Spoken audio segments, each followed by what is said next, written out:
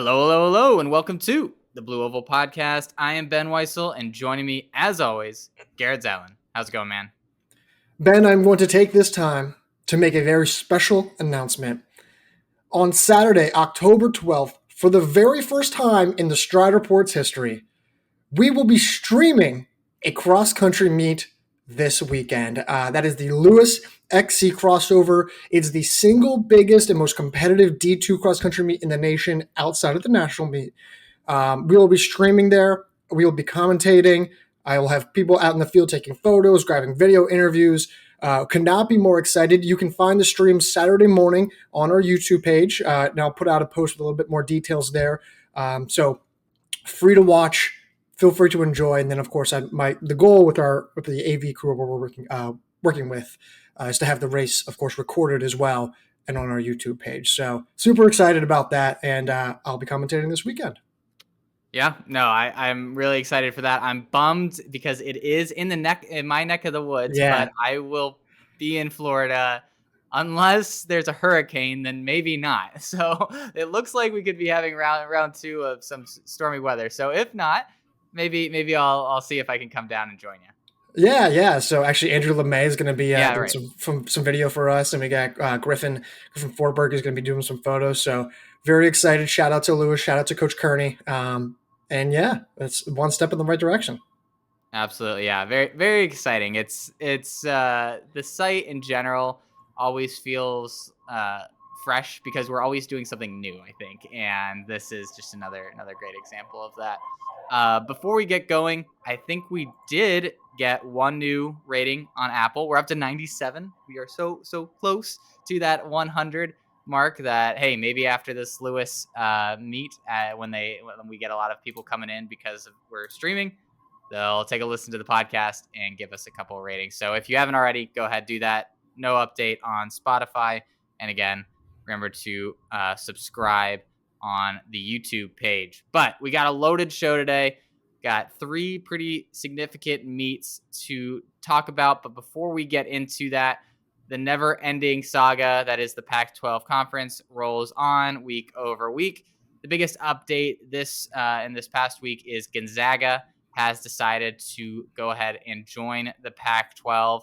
Now, not a football school, but one that does bring significant basketball prestige to this conference, which I think they're really excited about. And really, this seems like a marriage that made the most sense for both parties if you kind of took the football aspect out. Yeah, I mean, this is a sneaky good basketball school, but now for me, I'm like, man, this is basically just like a souped-up Mountain West Conference championship now, right? Because you have, in terms of a cross-country, perspective, Colorado State is usually pretty decent, right? Utah State, pretty decent. Boise State, at times, pretty decent. At least they've been, really good in the past, decade or so, a decade ago. But you get those programs. Gonzaga now, especially the women, as we mentioned last week, they've become sneaky good in addition to the men, where the men have, become a team that is in and out of our rankings. And so you add all of that together, along with, an Oregon State team on the women's side that has occasionally been pretty solid. This is like a pretty fun cross-country conference. It's not going to have the crazy top heaviness of a Power Four, but it is pretty solid. And now it does leave me to question, because they still have to add one more team because Gonzaga doesn't have football, as you mentioned. So with the Mountain West bringing in UTEP recently, the Mountain West looks like it has all of its members. It's going to stay together. They have reached an agreement to stay together. The AAC sounds like they have reached agreements to stay together. I don't know where else they're looking. It sounds like there's no more conversations happening at the moment, but they will have to happen eventually. And when that does, I cannot help but wonder if UConn will come over. I know people think that's crazy, but I don't know where else you would look. And it might just be an only football thing. So I don't know. Yeah, this is not the last Pac-12 update that we're going to be having on this show. Far from it. There's going to be at least another twist in the tail with whatever school they do recruit to come over, and it'll be fascinating to see. We don't necessarily need to rehash it. We've talked about what schools could join, and I think those are still a lot of the same candidates. Some have probably taking themselves out of the process over the last couple of weeks, and we've talked about that as well. But yeah, I think that's it from conference realignment. Do we want to jump into Joe Piane? Let's do it. All right, let's start on the men's side, where the home team, Notre Dame, takes home the win, 13-point victory over Northern Arizona. Ernest Cheruiyot taking home the individual win. California Baptist, and I know we'll talk about the top two schools probably a lot, but very, very good performance from CBU. This was a program that we did not expect to see a ton out of. Lost their coach, lost some of their firepower in their lineup, and yet they roll on and finish, albeit a distant third. They convincingly beat Wyoming in fourth and Michigan State in fifth. But let's start at the top. This was a Notre Dame team that we felt like had a ton of talent. We weren't sure but there was a lot of question marks with a lot of guys. I mean, you go through this top five today from this past weekend, and Isaiah Stewart, he's their number 3, finishes 11th. Weren't sure what we were going to see from him when he came in his return back to South Bend. Carter Solomon, we know, has all the talent in the world, but has not been himself. He's their 5th scorer in 14th place. It just seems like they just had so many guys that enough of them were going to hit, and that seems to be exactly what happened today or this weekend. Yeah, and what's scary is that they didn't run Josh Methner. No. And that is, at least I'm double checking now just to make sure. Yeah, they didn't run Josh Methner. And he could realistically be their top scorer this fall. He absolutely could be. Which is crazy. And not only that, but CJ Singleton did not have a great race. He struggled, fell back to 36th place. But we both know that he can be way better as long as he's just healthy. And I'm suddenly looking at this being like, I don't know how they ever have a poor race. I mean, as long as they stay healthy. I mean, this was incredibly it was an incredibly efficient scoring. And Dalian Ackley stepping up in the way that he did to get 10th is significant. I mean, that was a huge breakout race. Solomon just coming back to be good enough, which is all they really needed. Drew Griffith, the freshman, placing 12th. I think this course did favor his mile speed. I was just thoroughly impressed with Notre Dame. It feels like Notre Dame has always had great talent, but they have also never really delivered on that talent. And suddenly I'm now questioning, wait, I think they have a chance to truly deliver and maybe even get on the podium this fall. Yeah, I'm a little bit of two minds with this team. Obviously, this is a great performance, but I do truly wonder how many All-Americans we're going to get out of this lineup. Like, I think that is a legitimate question. Their top scorer, Ethan Coleman, was 8th on his home course. I mean, finished behind some very, very good runners. I mean, you look at who he was behind. All those guys are probably All-American candidates, but none of them, like, it's not like this race was packed full of like top 10, top 15 type of talents where it's like, okay, if you lose to those guys, you can still expect to finish like 25th at nationals.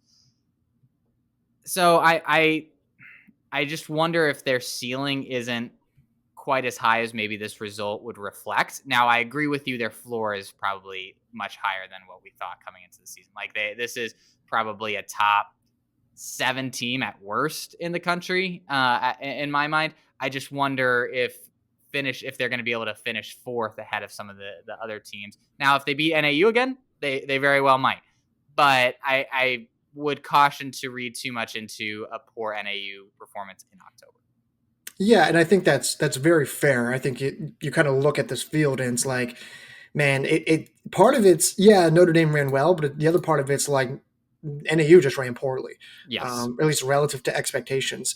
And a lot of that actually is just Santiago Prosser recording a DNF. So Northern Arizona had David Malarkey in 4th place. They had Justin Keys, huge breakout race for Justin Keys in 13th place. Kang Neok in 15th place. Corey Gorgas 16th, along with Colin Solomon in 20th. And for insurance, Cale Grotenhuis in 21st.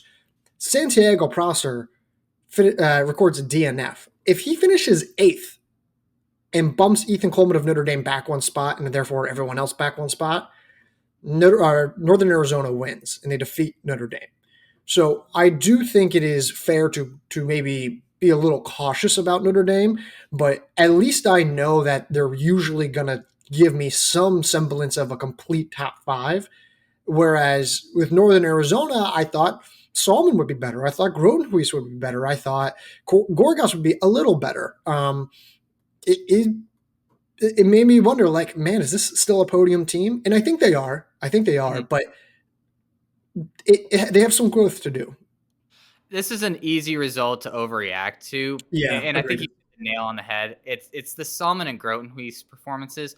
20th, 21st, not bad, but like we just expect more, and they're gonna need more from at least one of those guys to finish on the podium. Those guys need to be pretty potent scorers for them in order for them to get where they want to be, and obviously Prosser as well. But this just seems like a course that isn't NAU, like it doesn't fit NAU strength. It's such an easy flat course. There's just a lot of turns.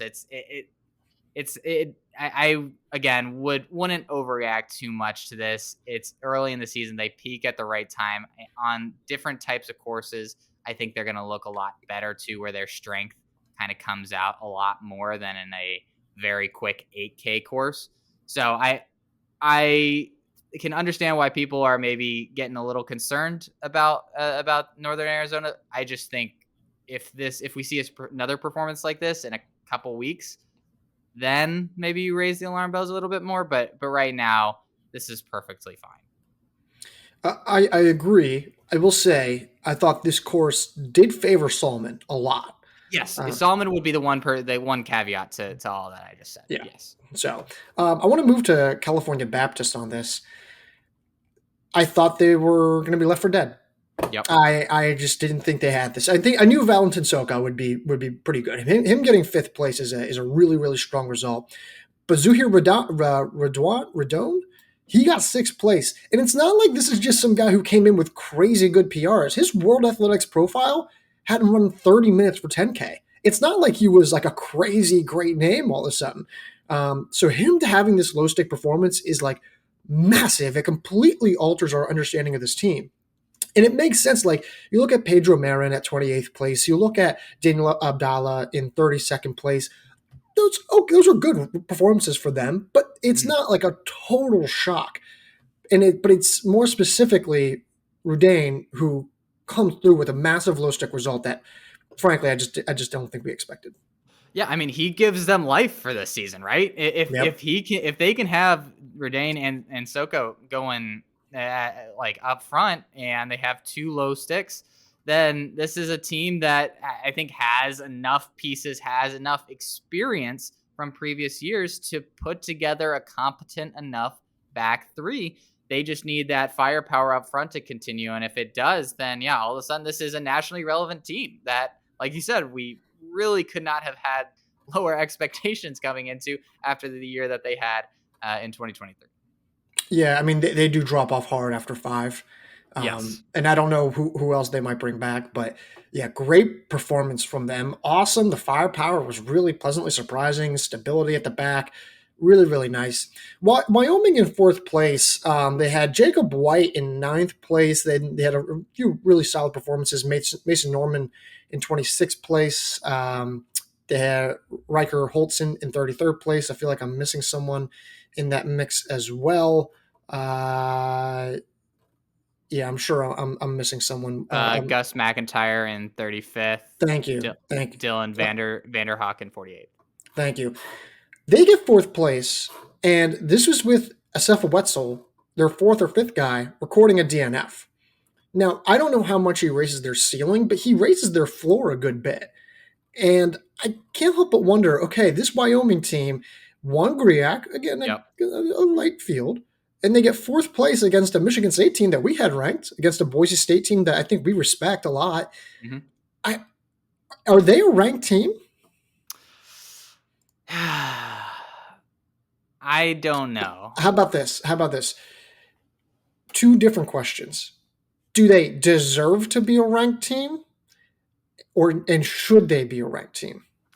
I think off the basis of what they've shown this year, I think they deserve it. Like I don't think that's necessarily a question. They've done everything that you could realistically expect for them to do. against the competition they faced. Now, does that mean that I think they're one of the top 25 teams in the country when it's all said and done? That I maybe they're 26, or maybe they're 24. I feel like they're right on the edge, which I think is an impressive start to the season, no matter where you end up with them around that 25th line. But to your point, I mean, yeah, you throw Wetzel in there, they're 6 deep, and I think that's also what is encouraging about what we've seen from them is obviously they need White to be that kind of front runner for them, someone that can give them a little bit of potency. But then you have 5 guys behind him that obviously not completely interchangeable, but you feel comfortable with your margin of error if one of them drops off a little bit. So I think that's what's exciting and should at least put them in a situation where we're going into regionals, outlining all those different scenarios where, hey, they have a shot at least. They don't have to run some crazy performance. They just have to run well, and they could probably land in the national championships. Yeah, I mean, here's an important caveat, which is you beat Michigan State, which might Yep. yield a single point. They also beat Texas Tech, who did not run Solomon Kipchoge. If Solomon Kipchoge does come back and run, Texas Tech now has a shot to potentially get into the national meet. That's another point for Wyoming. More importantly, the seeding for pre-nationals in not this weekend but the next weekend, that's all based on the USTF CCCA coaches poll Oh, rankings. I hate I that. hate that Gosh, too. that Awful. is very important for them, though.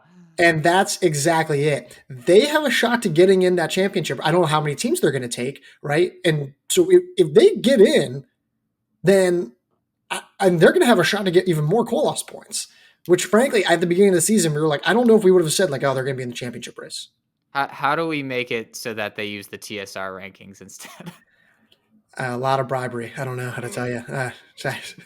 Yeah, well, I was not. I did see that. I was like, oh no, I mean, no. they got to pick something, but Yeah, yeah, I mean, I I think get it. we understand. We both have the same hesitancy around that. As for Michigan State, I thought this was a fine performance.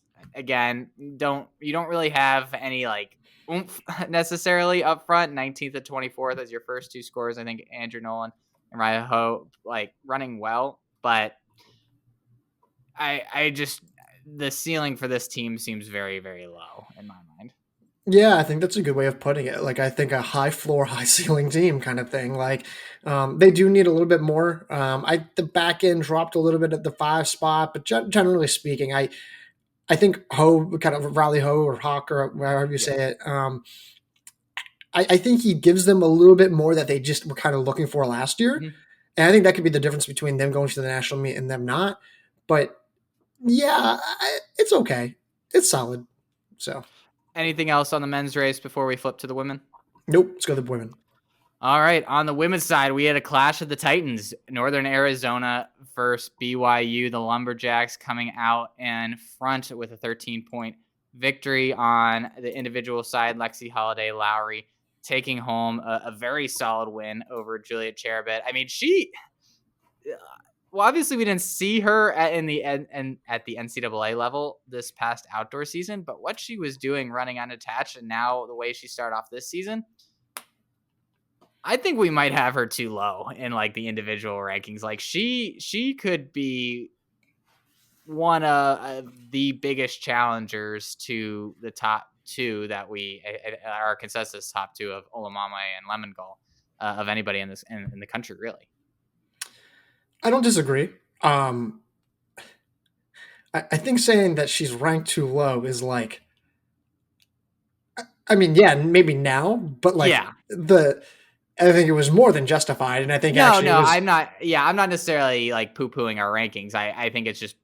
I mean, we I think did. you are, man. I think I No, no. think you said, no, I think you hate us. No, I get what you're saying though. I think it's like we've gone from like, not only like was that preseason ranking I thought it was generous, Yeah, in it's a terms leap of of like, faith a little bit. Yeah. it was a leap of faith.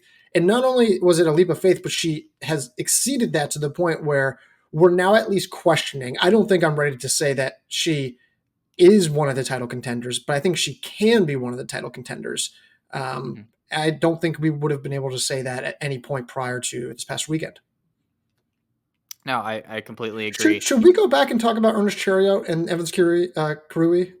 Yeah, we can. On I one side, mean, obviously, very fast time performances, which I think people get all worked up about, and it means nothing. means nothing. I mean, if you're racing on the same course year over year, it's helpful to maybe know how much faster you're getting in terms of fitness. But when you're stacking up people, it doesn't matter what time you run. It just Well, matters if you apparently beat they someone. changed the course and took out the only hill in the course from what one coach Oh, told me. really? So And that hill, and that being defined a hill is also very generous to that hill. So yeah, it's I mean it's a very flat course.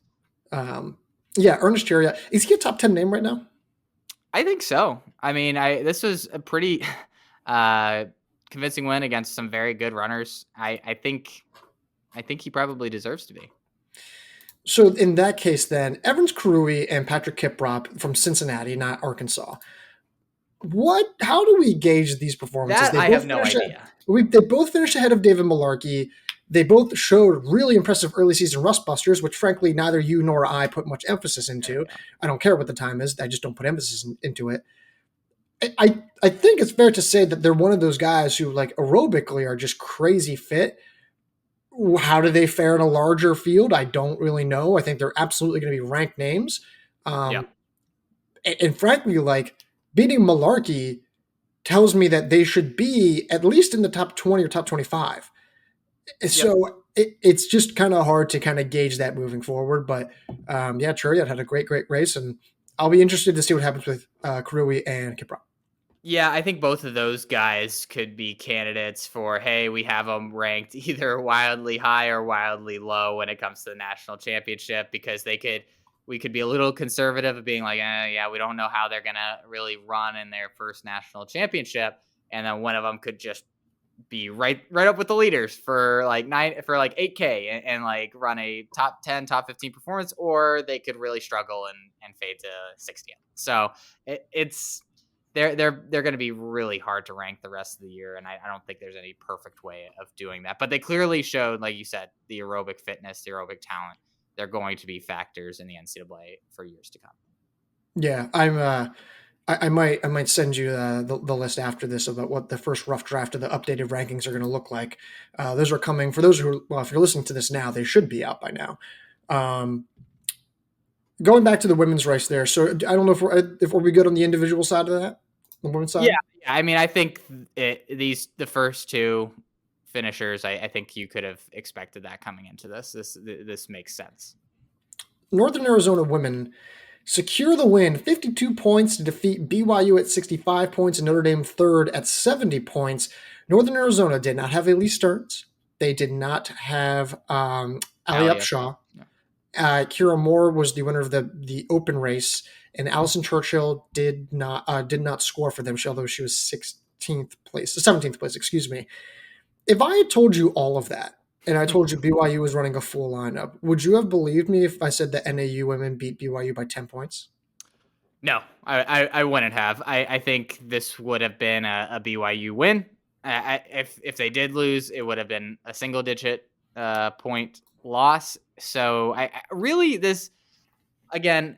I feel very conflicted about both of these results for NAU and BYU. Now for NAU, the depth looks crazy. Like this looks like a team that could put 7 All Americans across the board when they're all running well. Now, I do have concerns about, I think, the potency of their top runners. Now, Elise Stearns coming back, I think, obviously, is someone that we feel very comfortable scoring very highly at NCAA's. But Carrie Balaga, a very good run, finishing 7th. Is she going to be a top 20 name, like top 15, like at NCAA's? That I don't know. And when you're staring down a BYU team who, I mean, Jenna Hutchins looks like she is gone up another level, finishing 4th, looked really good. Lexy Halladay-Lowry, obviously, we mentioned at the beginning, looks like someone who could be a top 5 scorer or top 5 finisher. I think this was just a bad race from BYU, from like the Riley Chamberlain, the Taylor Rowatinsky. Like I think those could just be improved so much, and they could put themselves into All American position by the end of the season. And if they do that, I do think maybe the gap is a little bit tighter between these two teams than maybe we initially thought, because I just don't know if NAU is going to be able to compete 1 through 2 as closely as maybe we expected. Fair. Yeah. I mean, the absence of Stearns is not great. She's been absent for a while, right? Yeah.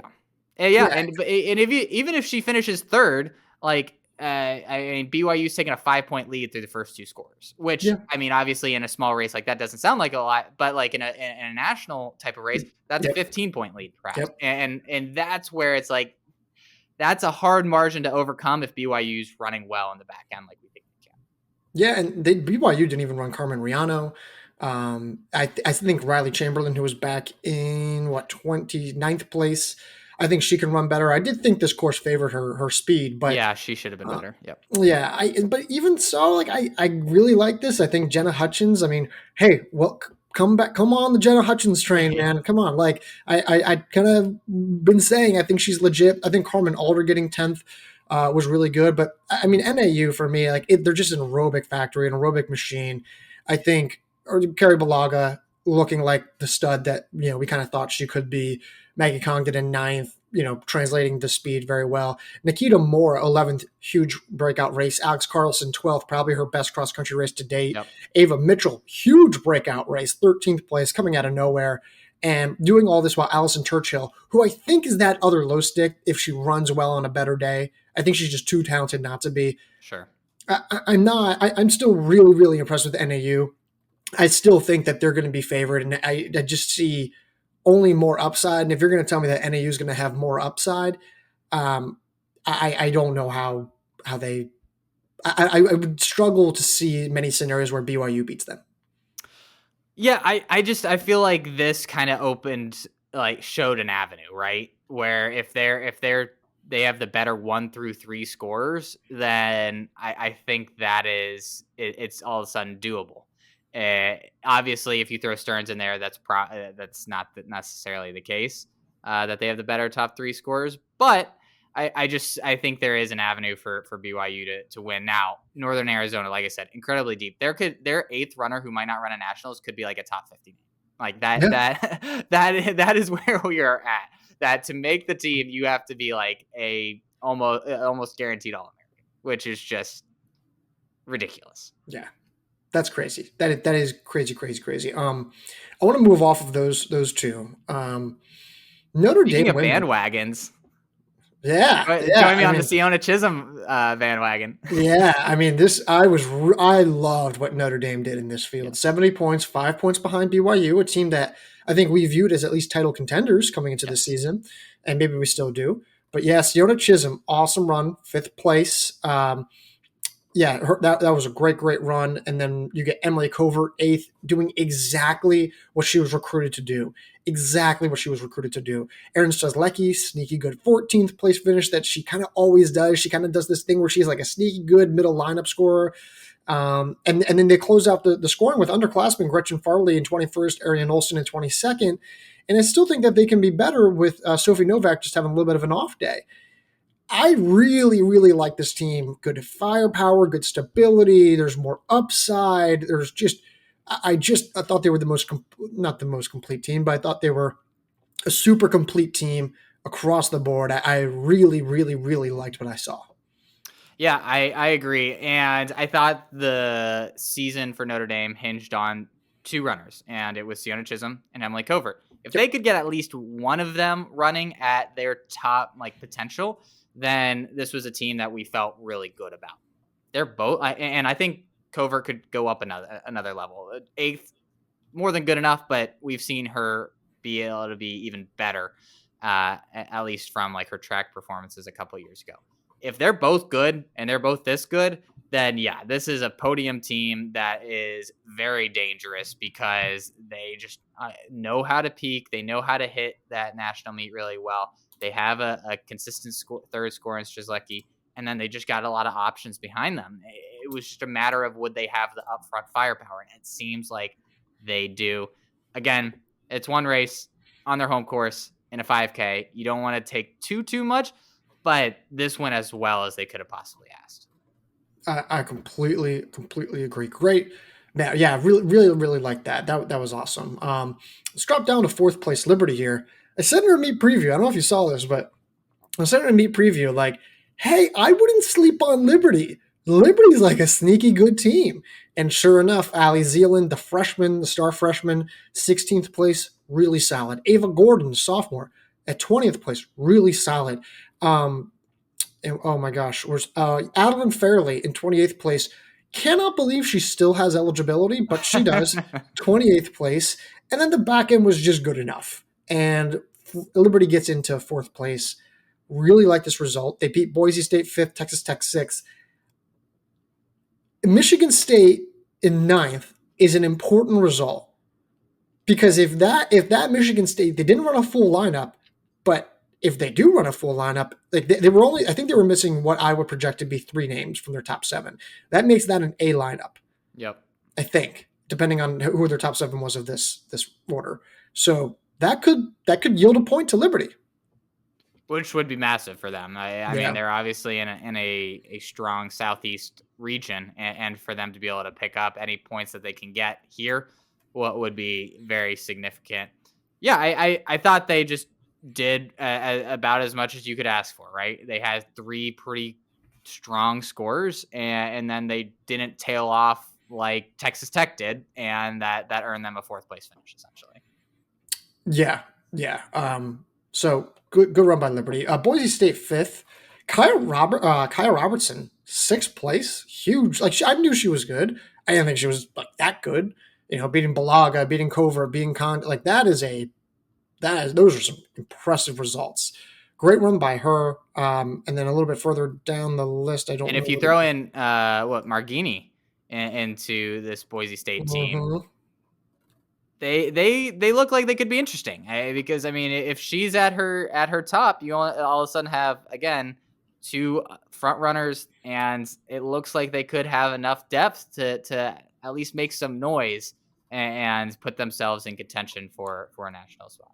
Well, Julia Kaiser didn't even run. Keisler, right. Excuse me. And she was a 16-16 5K runner who was 26 at last year's West Regional meet. Yeah. I mean that's a result where I go like, oh, wait, so they did this without Margini and Keisler? Right. Do not sleep on Boise State. Telling you now. If those women come back, don't sleep on them. If they're healthy and ready to race. Yeah. Yep. So that's all I think I have on Joe Piane, though.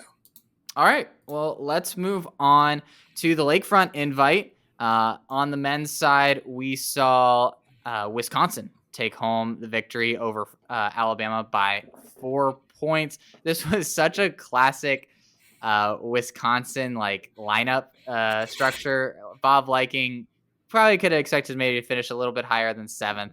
But then you just go through 14th, 15th, 16th, 17th. Like this is what they do. They just put together a competent group. They pack up and they exceed expectations in these kind of races year in and year out. Now, Alabama, though, the individual performances from Dismas Lakira, who took home the individual, and Victor Kiprop, Dennis Kipruto, 3rd. The Lakira and the Kipruto performances in particular, you have to be thrilled about. And you add Hilliard Cheruiyot into this mix, and Alabama looks every bit as potent as we projected them to be able to get to this year. So Wisconsin, that back 4, those latter 4 scorers, they all crossed the line at the same time. And there's a photo of them with a guy throwing up like the Wisconsin W. They were cruising. They were like that's not even them like really putting in like a major effort.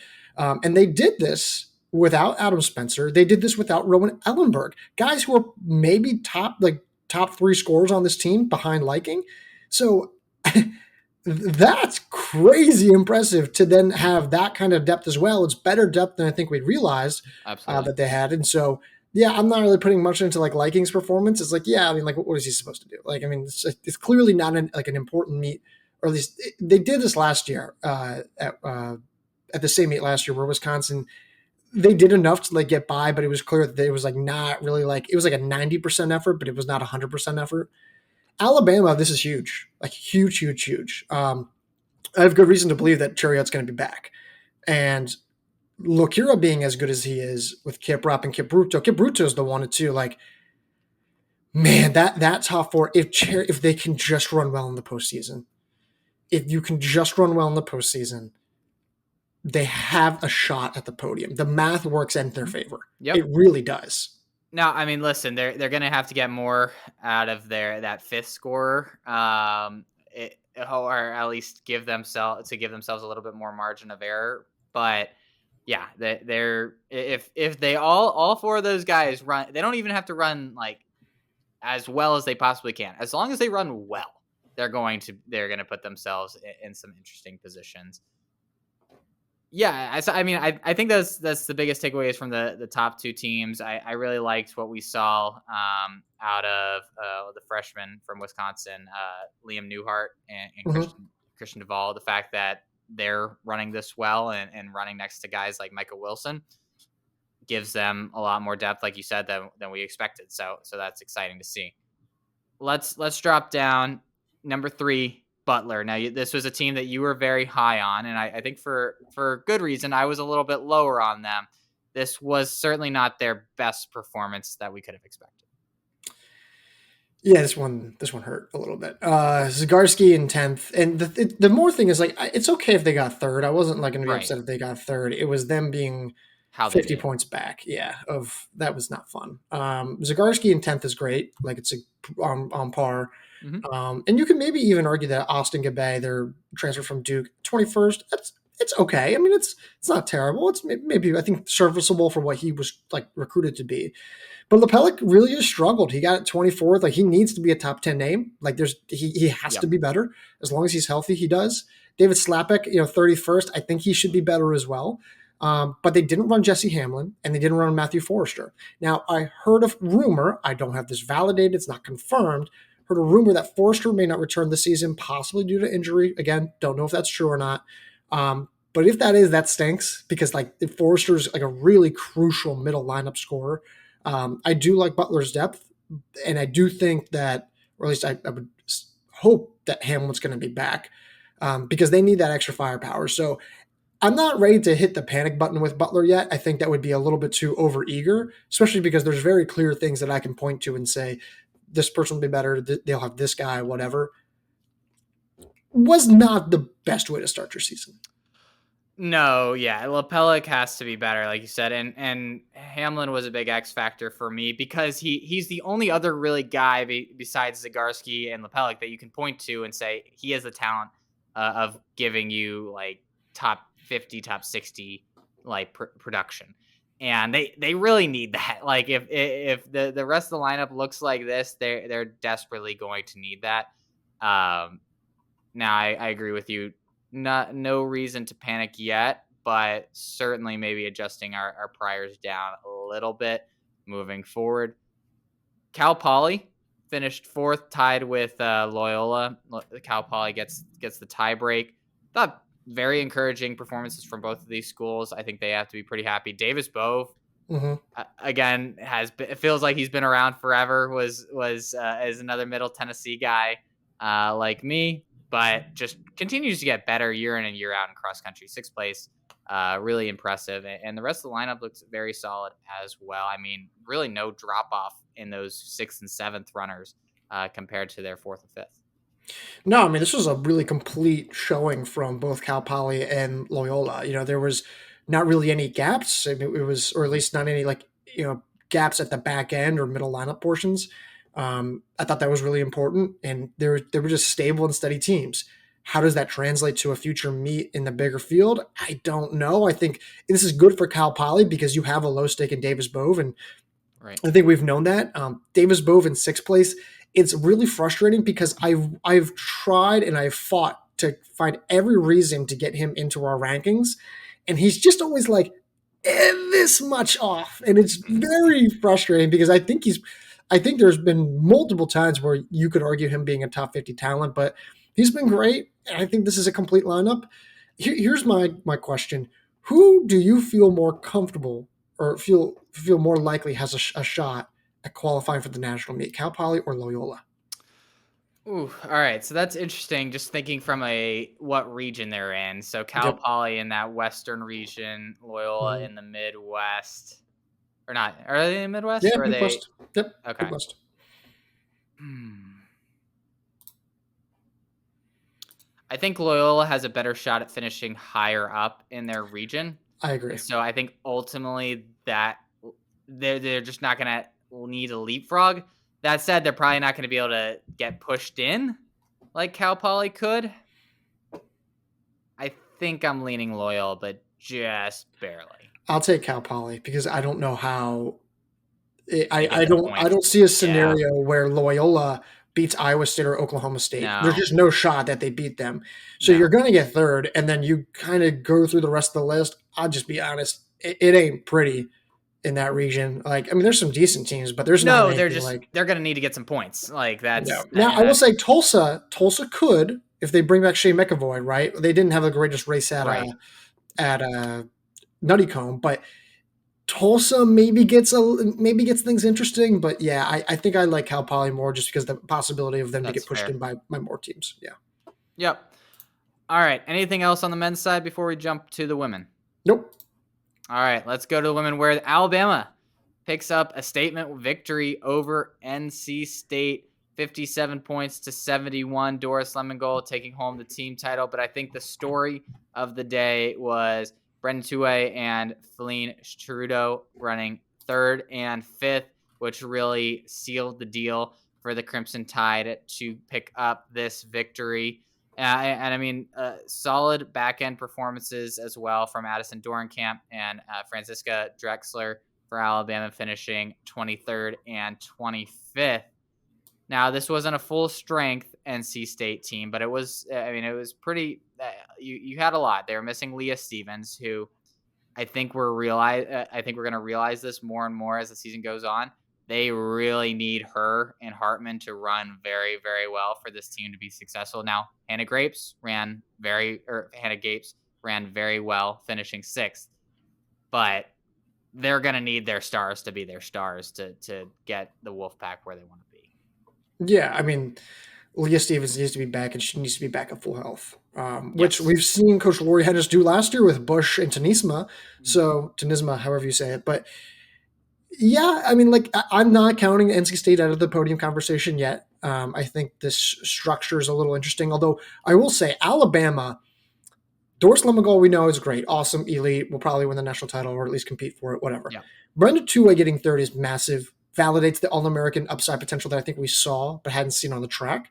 And then Feline Cheruiyot in fifth place is like monumental. It's like we had no idea what she was going to offer.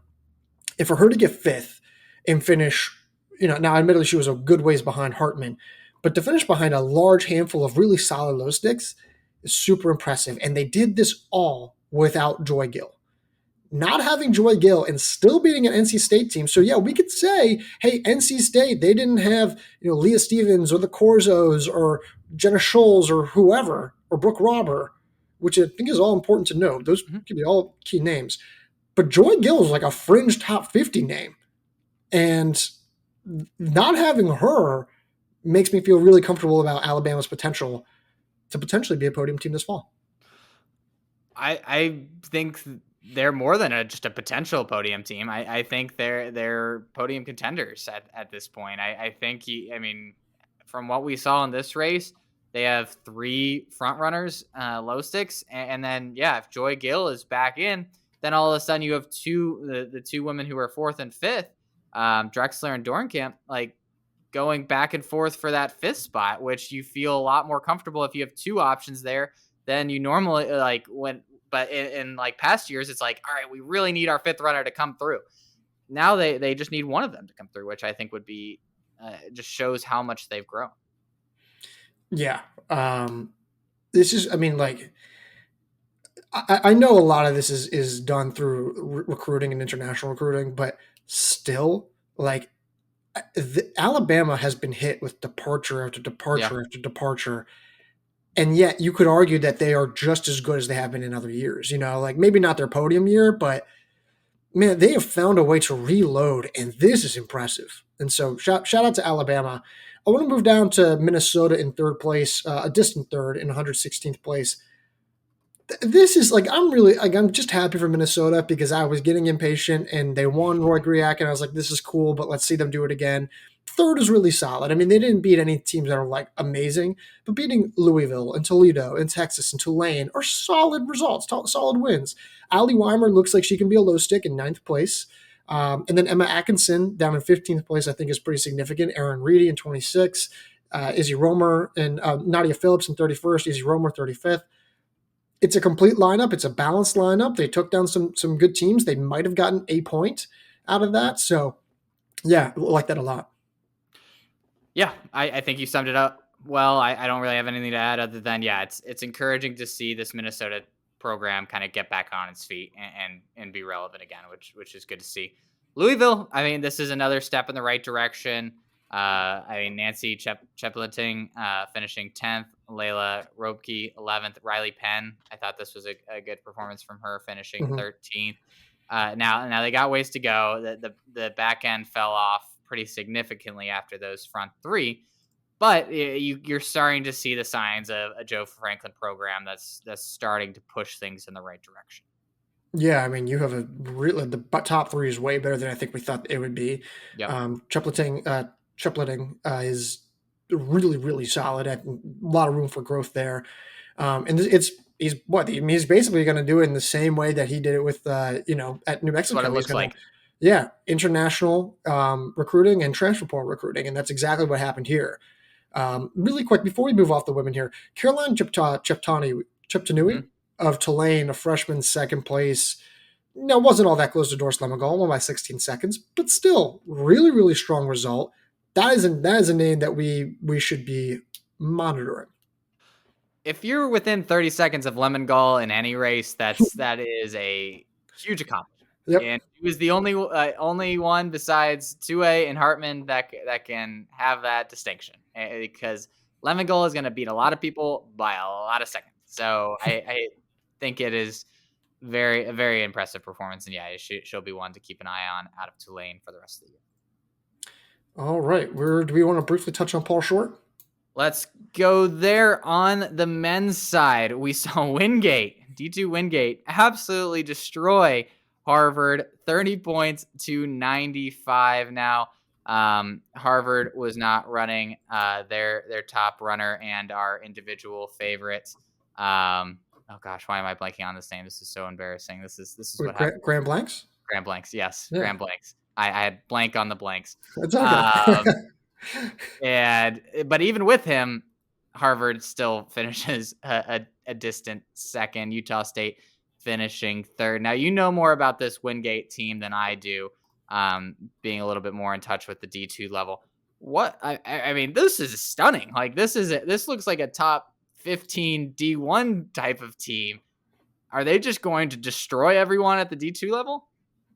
Not only will they destroy, they are going to be one of the greatest D2 teams ever assembled, and it's probably not even going to be close. Now, granted, the 1992 Adams State men scored a 15-point win at hard to beat that. Yeah, hard to beat that. Yeah, I'll keep doing the math on that, but yeah, hard to beat that.